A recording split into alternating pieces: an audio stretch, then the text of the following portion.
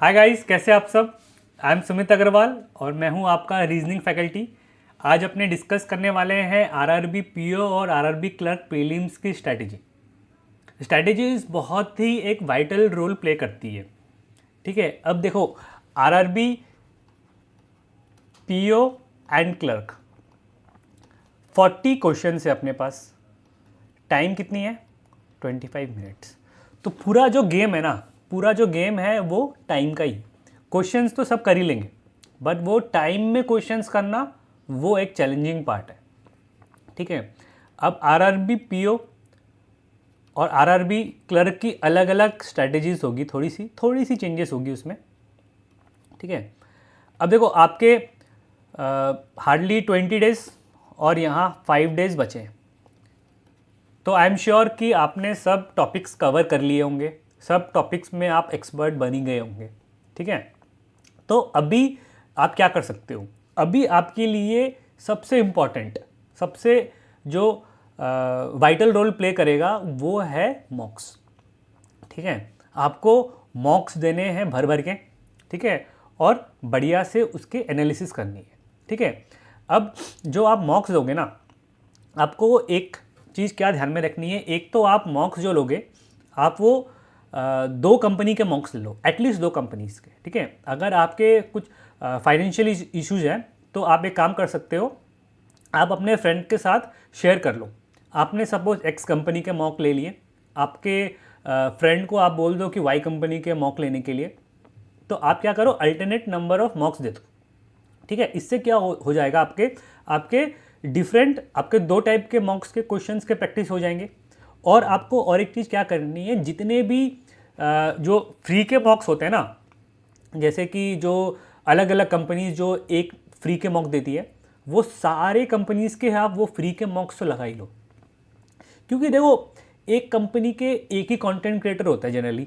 ठीक है, तो आपको है ना वो एक टाइप के क्वेश्चंस दिखने में आते हैं ज़्यादातर। तो उससे क्या हो जाता है ना, आदमी की वो डाइवर्सिटी नहीं हो पाती। और जब आप रियल टाइम एग्ज़ाम में जब बैठते हो ना, तो थोड़ी सी डिफ़िकल्टी आ जाती है, क्योंकि एक अलग सा आपको कुछ दिखने लग जाता है। ठीक है, तो उससे आप पहले ही हैबिचुएटेड हो जाओगे, तो वो बहुत अच्छा रहेगा। तो इसलिए डिफरेंट टाइप्स ऑफ मॉक्स आप लगाओगे। ठीक है, एक तो ये करना है। अगर और आप मॉक्स लगाओगे कैसे? आप मॉक्स जो लगाओगे ना, जो आरआरबी पीओ के होंगे, वो आप 3 फेजेस में लगाओगे, और ये आप लगाओगे 2 फेज़ में। अब 3 फेज़ मतलब क्या हो गया?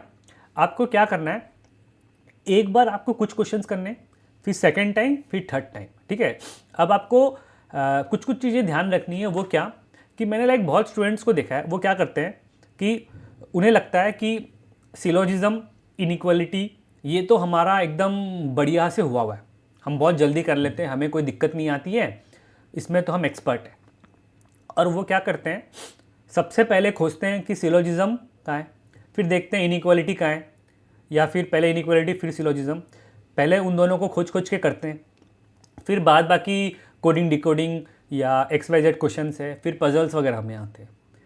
तो एक बात समझो, ये कोई ट्रेजर हंट तो है नहीं। ठीक है, कि आप खोज खोज के क्वेश्चंस कर रहे हो, क्योंकि अगर आप ऐसे खोजने लग जाओगे ना, तो सिलेक्शन होना बहुत मुश्किल है। मैं आपको फ्रेंकली बता रहा हूँ, आपको ये गलती भूल से भी नहीं करनी है, क्योंकि सिलोजिज्म इनइक्वालिटी सिर्फ आपकी स्ट्रांग नहीं है, वो सारे स्टूडेंट्स की ही स्ट्रांग है। ठीक है, जो भी अच्छा से जिसने मेहनत की है, उनकी सिलोजिज्म, इनइक्वालिटी, प्रीलिम्स की कोडिंग डिकोडिंग, ये सब स्ट्रांग ही रहेगी। Alpha numeric. ठीक है, गेम तो पजल्स का है ना। तो आपको क्या ध्यान रखना है, फर्स्ट फेज में आपको स्किप क्या क्या करनी है। आपको स्किप करनी है, एक तो ब्लड रिलेशंस। ब्लड रिलेशंस के क्वेश्चन जैसे ही आपके पास आए, आपको देखने भी नहीं है कि वो इजी है या टफ है। आते आते साथ ब्लड के क्वेश्चन आपको स्किप करने हैं इंस्टेंट। ठीक है, फर्स्ट फेज में। ठीक है, और आपको क्या स्किप करने हैं, एक जो क्वेश्चन आता है ना कि जो मीनिंगफुल वर्ड वाला जो क्वेश्चन है, using letter first, second, fourth, sixth वगैरह वगैरह जो आता है क्वेश्चन, ये आपको फर्स्ट फेज में स्किप करना ही है। क्योंकि इसमें क्या होता है ना कि एरर के चांस बहुत हो जाते हैं। अब मान लो 4 लेटर लेके या 5 लेटर लेके आपको लगा कि यार एक ही वर्ड बन रहा है, बट हो सकता है 2 वर्ड बन रहा हो, आपको ध्यान नहीं है, तो इसमें आपके टाइम वेस्ट भी बहुत होती है। तो ये आपको स्किप करना ही है फर्स्ट फेज में। ये 2 चीज़ आपने स्किप कर दी। आप थर्ड चीज़ क्या स्किप करोगे? एक तो आप स्किप करोगे क्या कि अगर कोई ऐसी पजल आ रही है जिसमें आप कंफर्टेबल नहीं, कुछ अलग सी उटपटांग सी पजल आ गई, या कुछ ऐसी पजल आपको दिख रही है कि यार इसमें काफ़ी सारे वेरिएबल्स हैं, मतलब आप कंफर्टेबल नहीं हो रहे हो, डायरेक्टली बोलूँ तो वैसी अगर कोई पजल है तो वो आपको फर्स्ट फेज़ में आपको स्किप कर देनी है, ठीक है। लेकिन आप लाइन बाय लाइन देखते जाओगे, आपको खोजनी नहीं है, ठीक है। आप फर्स्ट क्वेश्चन में आपको देखा कि यार ये पजल मैं कंफर्टेबल नहीं हूँ, मेरे से ये होना नहीं होना थोड़ा सा आपको डाइसी सा लग रहा है, तो ही आप स्किप करोगे। लेकिन आपको लग रहा है कि ये पजल मैं कर सकता हूँ। सपोज आपकी सर्कुलर सिटिंग अरेंजमेंट की आई, अब सर्कुलर सिटिंग अरेंजमेंट मान लो 8 लोग हैं या 6 लोग हैं, जितने भी लोग हैं, आपको दिख रहा ना कि वो आप कर लोगे, तो आप उस टाइम वो कर लो, ठीक है ना। ऐसा नहीं कि बाद में आएंगे बाद में करेंगे, ये नहीं करना आपको। आपको दिख रहा है कि आप कर सकते हो, लिमिटेड टाइम में आप कर लोगे, तो आप वो उस टाइम ही उस पजल को कर लो, ठीक है। ये आपने कर ली। अब आप क्या करोगे? आप अभी आओगे, बाकी के क्वेश्चन आपने कर लिए, कुछ कुछ क्वेश्चन आपको जो मैंने बोला वो आप स्किप कर दिए। और आपने फर्स्ट फेज में आपको और एक चीज़ क्या स्किप करनी है, या तो आप अगर आपका कोई एक डिडक्शन का क्वेश्चन है, सिंगल क्वेश्चन है, आपको लग रहा है कि थोड़ा सा लेंदी है या ऐसा कुछ है, तो आप वो फर्स्ट फेज में स्किप कर दो। या फिर आपका जो एक क्वेश्चन आता है ना कि वो लेटर वाला क्वेश्चन, कि how many pairs of letter are there which have as many letters between them as in the English alphabet, ठीक है। ये वाला जो क्वेश्चन है तो ईजी, लेकिन ये 1 या 2 क्वेश्चंस इस टाइप के कोई भी, आप उसको आपको बचाना है एकदम लास्ट के लिए, ठीक है, एकदम लास्ट के लिए। क्यों? क्योंकि होता क्या है, मान लो आपके 24 मिनट हो गए, ठीक है, आपके लास्ट के 1 मिनट या 50 सेकंड्स कुछ बचे हैं या सवा मिनट बचे हैं, ठीक है, तो वो टाइम में आप पजल्स नहीं कर पाओगे, ठीक है, क्योंकि उस टाइम आपका जो टाइमर है वो जो टाइम बचा होगा वो आपका टाइम बम के जैसे काम करेगा, ठीक है। तो उस टाइम में पजल्स करना बहुत मुश्किल है, ठीक है। और मान लो आप पजल्स करने बैठ भी गए, आपकी पजल्स 90% हो गई पर आपका टाइम खत्म हो गया, या मान लो 100% भी हो गई, आप क्वेश्चन मार्क आंसर मार्क करने ही गए, इतना देर में टाइम खत्म हो गया, तो पूरी मेहनत बर्बाद। तो वो अपने को गलती करनी नहीं है, ठीक है।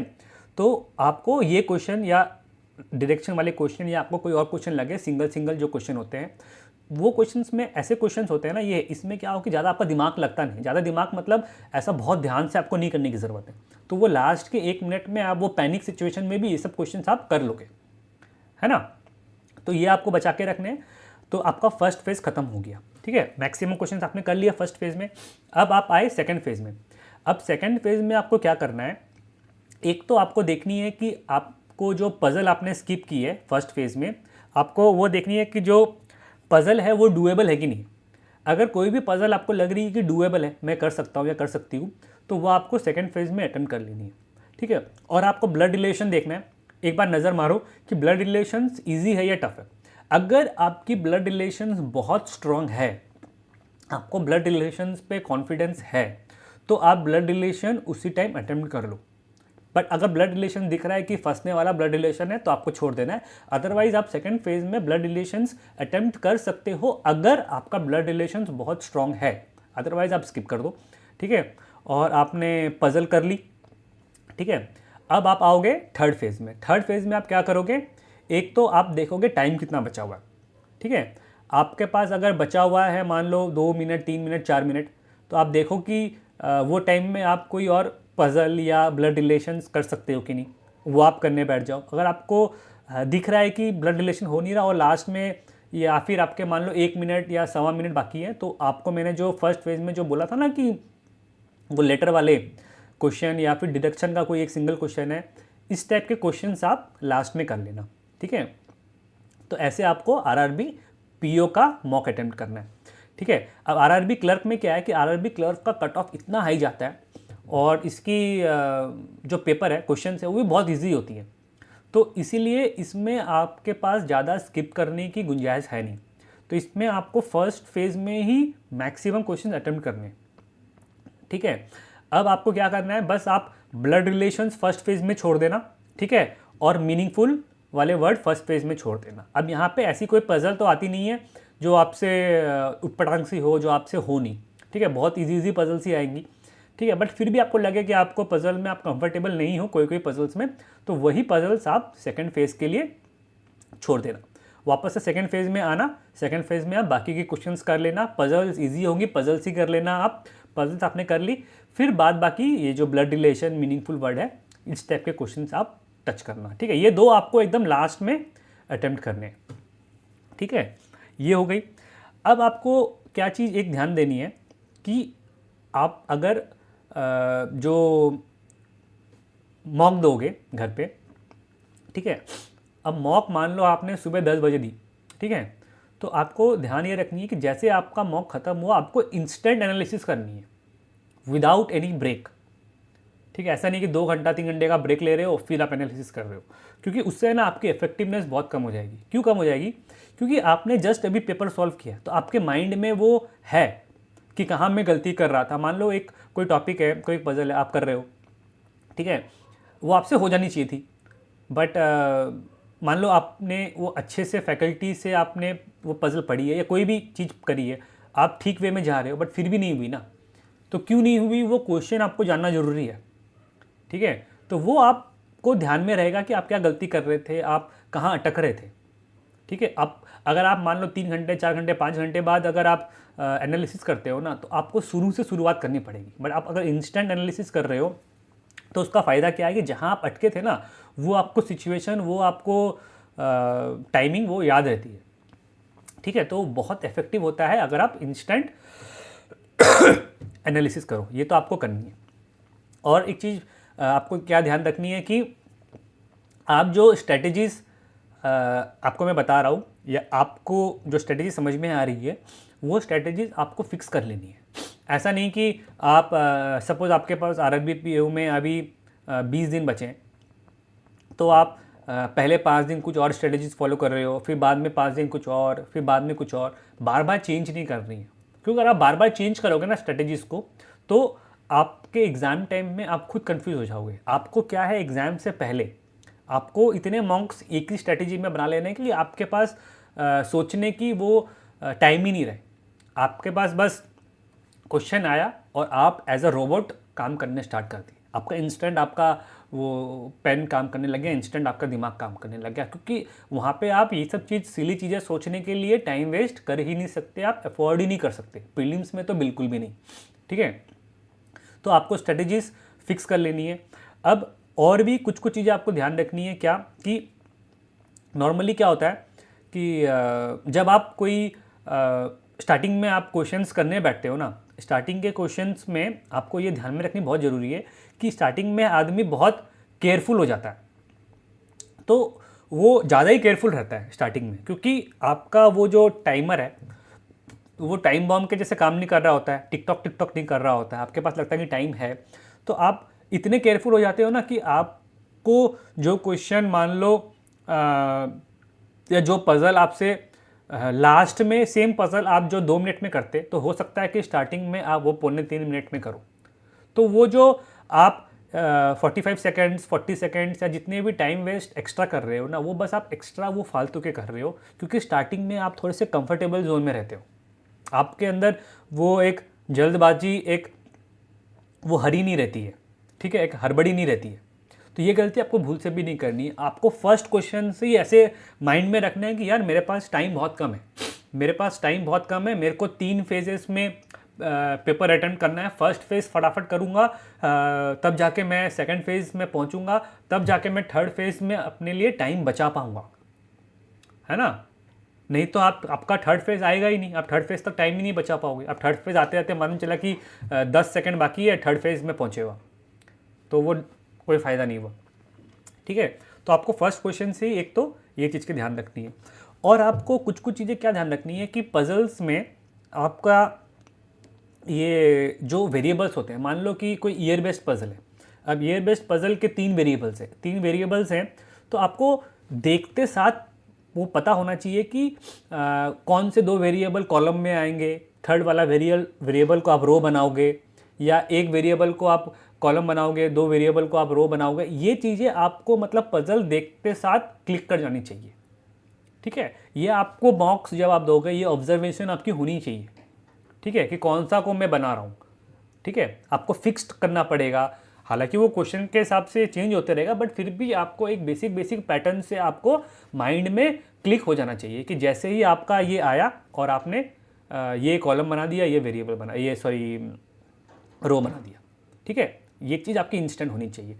ठीक है, अब और भी बहुत छोटी छोटी चीज़ें हैं जो आप ध्यान में रख सकते हो। जैसे फॉर एग्जांपल मैं आपको बताता हूँ, मान लो बोला गया है कि 9 बॉक्स पज़ल है, ठीक है, 9 बॉक्स पज़ल है। अब 9 बॉक्स पज़ल आपको बनाना है, ठीक है, तो आप 9 बार वो बनाओगे ना बॉक्सेस वैसे करके। मान लो फ्लोर्स है सपोज, या 9 फ्लोर्स है, ठीक है। अब 9 फ्लोर्स आप कैसे बनाओगे? 1 2 3 4 5 6 7 8 9, ठीक है, आपने 9 लाइंस बनाई। अब ये जो 9 लाइंस बनाई ना, तो आपका बॉटम वाला कौन सा होगा? ये 1 नंबर फ्लोर। आपका टॉप फ्लोर कौन सा होगा? टॉप फ्लोर आपका ये होगा या ये होगा? ये या ये? अब ये सब चीज़ें है ना, है छोटी छोटी चीज़, बट एग्ज़ाम में बहुत प्रॉब्लम क्रिएट कर जाती है। मैंने बहुत लोगों को देखा है, यहाँ पे 9 लाइंस खींच दिए, अब फिर बॉक्स गिन रहे 1 2 3 4 5 6 7 8 9, मतलब ये 9th वाला फ्लोर होगा। तो ऐसी स्टुपिडिटी आपको एग्ज़ाम में नहीं करनी है, ठीक है। अगर आपको वैसे बनाना है, सपोज ऊपर माने नहीं लेना, तो आपको क्या ध्यान रखना है कि आपको 10 लाइंस बनानी है। 1 2 3 4 5 6 7 8 9 10। तब ये वाला हो गया आपका बॉटम मोस्ट, ये हो गया आपका टॉप सॉरी ये हो गया आपका टॉप मोस्ट, 9th फ्लोर, ठीक है। ये बॉटम मोस्ट, ये टॉप मोस्ट। तो आपको ध्यान रखना है, या तो आप ऐसे फॉलो करो या फिर आप ऐसे फॉलो करो, बट मिक्स नहीं होना है। आपको वो फ्लोर्स एग्जाम में काउंट नहीं करने ऐसे कि कितने हो रहे हैं, ठीक है, क्योंकि वहाँ एक तो आपका टाइम वेस्ट, ऊपर से आप कंफ्यूज भी होगे, ये कहीं आपने गलत तो नहीं बना दिया, ठीक है। तो ये गलती भूल से भी नहीं करनी है। आप ये सब तो मैंने एक छोटा सा एग्जाम्पल लेके बताया है। तो ऐसी ऐसी चीज़ें आप जब मॉक्स दोगे ना, आप खुद से ही आप एनालिसिस करो कि कहाँ मैं टाइम बचा सकता था, क्या चीज़ में फिक्स्ड सोच सकता था कि मेरे को एग्ज़ाम टाइम में या मॉक टाइम में मेरे को सोचना नहीं पड़े, राइट। तो या तो ये फॉर्मेट या तो ये फॉर्मेट आप याद कर लिए, ठीक है, एक ही फॉर्मेट आप फॉलो करोगे, ठीक है। और आप जब मॉक्स की एनालिसिस कर रहे हो ना, आप एनालिसिस जो करोगे, आप बहुत आराम से आपको एनालिसिस करनी है। क्योंकि मैंने काफ़ी लोगों को देखा है, ठीक है, जो लोग क्या करते हैं कि एक मॉक दिया उन्होंने, अब मॉक में मान लो 40 क्वेश्चन है, 40 क्वेश्चन में उन्होंने 30 क्वेश्चन अटैम्प्ट कर दिए। अब 30 क्वेश्चन जो अटैम्प्ट किए उन्होंने, और 10 क्वेश्चन उनसे हुए नहीं, ठीक है। अब क्या करेंगे कि 10 क्वेश्चन जो नहीं हुए उसके आंसर्स देखेंगे, या उसको खुद से पहले सॉल्व करने की कोशिश करेंगे 10 क्वेश्चंस को, ठीक है। अगर खुद से सॉल्व हो रहे हैं तो ठीक है, अगर खुद से सॉल्व नहीं हुए तो वो सोल्यूशन देख लेते हैं, उनकी एनालिसिस कंप्लीट कि हमारा 40 का 40 क्वेश्चन का हमने देख लिया है, ख़त्म, फिर नेक्स्ट मॉक देने लग जाते हैं। ये गलती भूल से भी नहीं करनी है।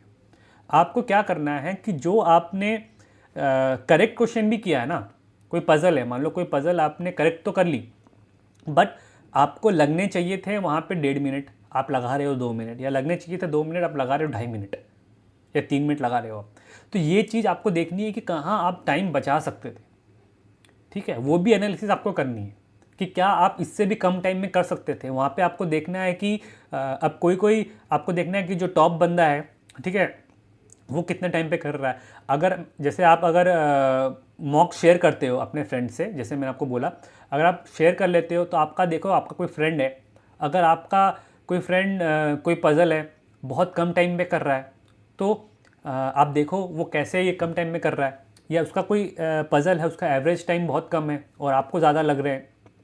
तो ये सब छोटी छोटी चीज़ें हैं, बट ये सब बहुत इफ़ेक्टिव होती है और ये आपको ध्यान देनी बहुत ज़्यादा ज़रूरी है, ठीक है। क्योंकि पूरा जो गेम है ना, पूरा जो गेम है वो टाइम का ही है, टाइम मैनेजमेंट, और कुछ नहीं है। क्योंकि क्वेश्चन ऐसे कोई नहीं आते कि जो आपसे हो नहीं, एटलीस्ट प्रीलिम्स में तो नहीं आते। प्रीलिम्स में आपको मैं अगर बोल दूँ कि भैया ले भाई तू 4 घंटा ले ले, 4 घंटा में मेरे को 40 क्वेश्चन कर दे, आप कर ही लोगे ना, या 2 घंटा दे दो, 2 घंटा में आप कर ही लोगे 40 क्वेश्चन। चाहे उसके लेवल आपके डबल भी कर दो तो भी आपको बोला जाए कि 4 घंटा में करो, आप कर दो।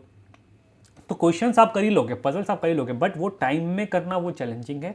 तो ये सब चीज़ें आपको बहुत ध्यान से, analysis is very important, very important. ठीक है, तो एनालिसिस आप अच्छे से करो। और आपको क्या ध्यान रखना है ना, आपका जो टारगेट होना चाहिए, आपका टारगेट होना चाहिए मॉक्स का परसेंटाइल। उसको आप एक बेंचमार्क बनाओ कि यार मेरे को हमेशा परसेंटाइल बढ़ाते रहना है। अभी आपके 70 परसेंटाइल है तो आपको 80 करने, 80 से 90, 90 से 95, ऐसे करते करते आपको बढ़ते जाने। ठीक है, आपने फर्स्ट मॉक दिया, आपके एनालिसिस बढ़िया से करो। सेकेंड मॉक्स में आपको मेक श्योर करना है कि मेरे परसेंटाइल इंक्रीज़ हो। ठीक है, और अगर फर्स्ट मॉक में आपको लग रहा है कि कुछ टॉपिक्स हैं जिसमें आप एक्सपर्ट नहीं बने, ठीक है, जिसके आप मास्टर नहीं बने हो, तो वो टॉपिक्स में आप जाओ, वो टॉपिक्स के आप क्वेश्चंस करो, मल्टीपल क्वेश्चंस करो, एक्सपर्ट बनो, सेकंड मॉक में आए। ठीक है, ऐसे करते करते आप सेकंड मॉक में देखें, आप सेकंड मॉक में मान लो ऐसा कोई क्वेश्चन आ गया जिसको आपको लग रहा है कि यार इसकी तो मेरे को मॉक में हुई नहीं, फिर आपका मॉक खत्म हो गया, फिर आप करने बैठे, फिर भी आपसे हुई नहीं, तो इसका मतलब है कि आपका इसका कॉन्सेप्ट क्लियर नहीं है या आप कुछ मिस कर रहे हो। तो आप वो क्लैरिटी लाओ, क्लैरिटी लाए, फिर आप थर्ड मॉक में गए। तो इससे क्या होगा, आपका परसेंटाइल बढ़ते जाएगा। आपको परसेंटाइल बढ़ाना है, क्योंकि अल्टीमेटली आपके अगर मॉक्स में अच्छे परसेंटाइल आ गए तो मैक्सिमम चांस है कि रियल टाइम जब आप एग्ज़ाम दोगे तभी भी आपके अच्छे स्कोर करेंगे। आपका अच्छा परसेंटाइल आएगा मॉक्स में, तो आपका क्या होगा, जब आप एग्ज़ाम में बैठोगे ना तो आपका कॉन्फिडेंस लेवल बहुत हाई होगा। आपको एग्ज़ाम में बैठना है कैसे, आपका एग्ज़ाम आया, आपको ऐसा बैठना है कि भाई कैसा भी पेपर आए मैं फोड़ दूंगा। ठीक है, चाहे पेपर ईजी आए, पेपर टफ आए, अपने फोड़ देंगे पेपर।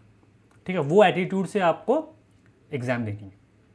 ठीक है, बाद बाकी कितने अटैम्प्ट्स होंगे, क्या होंगे, वो बात की बात है, उसके बारे में नहीं सोचना। बट आपको टारगेट करना है 40 में 40 और एकदम फोड़ देना है बस पेपर को।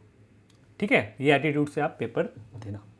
चलिए, आज का सेशन हम यही एंड करते हैं। आई होप आपको सेशन अच्छा लगा होगा। आपको स्ट्रेटजीज़ पे काम करनी बहुत ज़रूरी है, ये एक बहुत ही एक इफेक्टिव टूल है। ठीक है, तो चलिए एंड करते हैं। और हाँ, ये मेरा टेलीग्राम ग्रुप है @Sumit Sir SK, इसमें आप ज़रूर ज्वाइन कीजिए। ये फ्री ऑफ कॉस्ट है। आप कोई भी मॉक्स लगा रहे हो, कोई भी कंपनी के मॉक्स लगा रहे हो, आप उसमें डाउट्स पूछो। ठीक है, आप पूछो कि सर ये क्यों नहीं हो रहा। ठीक है, और आप अपने एफर्ट भी बताओ। ठीक है, कि सर मैंने ऐसे ऐसे किया बट ऐसे हो जाना चाहिए था, ऐसा क्यों नहीं हो रहा। ठीक है, तो जितने डाउट्स हो सके आप पूछो, जितना हो सके मैं, जितनी जल्दी हो सके मैं वहाँ रिप्लाई करूँगा। ठीक है, बट आप श्योरली इसमें जुड़े ज़रूर। ठीक है, तो चलिए मिलते हैं फिर नेक्स्ट क्लास में। Thank you, tata, good bye.